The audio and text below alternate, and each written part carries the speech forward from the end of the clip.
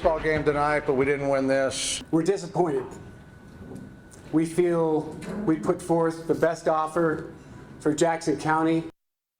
The Royals and the Chiefs conceded in just the last hour as voters say no to a sales tax for the stadium. That's right. You're looking at the unofficial results. All precincts are reporting in Kansas City and Jackson County. 58% of voters said no. So that 3/8 cent sales tax would have funded a new stadium for the Royals in the Crossroads.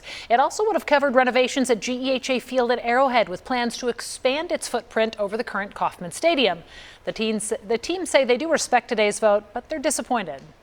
We will take some time to reflect on and process the outcome and find a path forward that works for the Royals and our fans. And we'll look to do what is in the best interest of our fans and our organization as we move forward. So we have live team coverage tonight to get reaction from those impacted and answers on what's next. First up, we start with KSHB 41's Megan Abundis. Megan. Guys, the balloons are coming down. The place has emptied out here at Jay Rieger.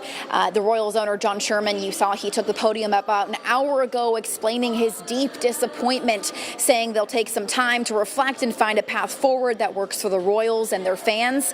Mark Jonathan, Kansas City Chiefs president, saying the same thing, that they felt they put the best offer forward to Jackson County. Tonight, we also heard from other elected Jackson County officials and union leaders who worked to get this deal done and others who were hopeful. It's unfortunate. I mean, I think that's what we were just talking about now, talking with union folks, talking about what is next, what's to come. I mean, are we realistically going to be able to keep the Chiefs or not?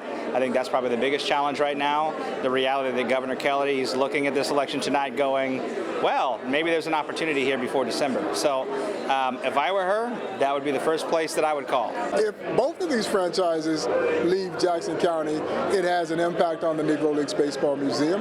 Clearly, we were very hopeful that a new downtown ballpark would help us draw more visitors to the Negro Leagues Baseball Museum. We still feel like we'll get our fair share no matter where the teams are located if they stay in the Metroplex here. I don't know what happens next. I just know that the voters said no to us today. Not only did they say no to the teams, but they said it to the hardworking men and women of Jackson County and everyone that comes to our county to participate in the workforce.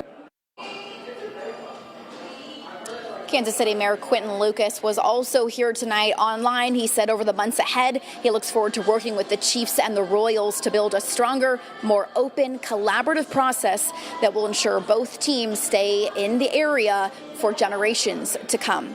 In Kansas City, I'm Megan Abundis, KSHB 41 News. Thank you so much, Megan.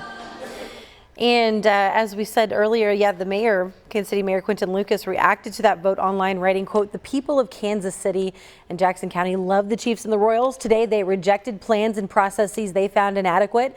Over the months ahead, I look forward to working with the Chiefs and Royals to build a stronger, more open and more collaborative process that will ensure the teams, their events and investments remain in Kansas City for generations to come." Well, Megan Abundis was at one watch party tonight. KSHB 41's Grant Stevens at another one that was much more upbeat given the vote. He joins us live in the Crossroads. Grant? Yeah, Caitlin, totally different vibes here in the Crossroads. This was a big deal for the businesses here, especially Chartreuse Saloon, which is right behind me. In fact, it's so packed in there right now with KC tenants and people a part of the Vote No campaign.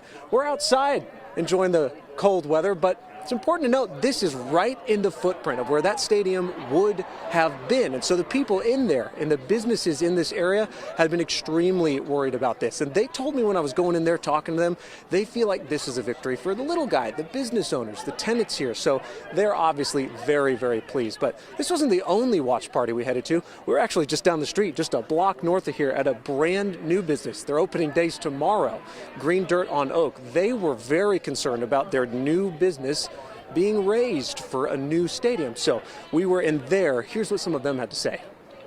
We're just really happy that, as for now, the Crossroads gets to stay the Crossroads and we get to keep enjoying the local businesses that exist.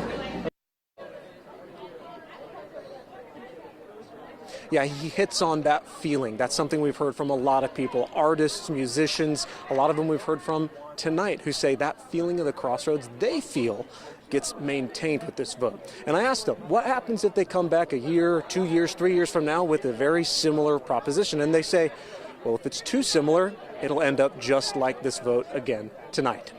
Live from the Crossroads, Grant Stevens, KSHB 41 News.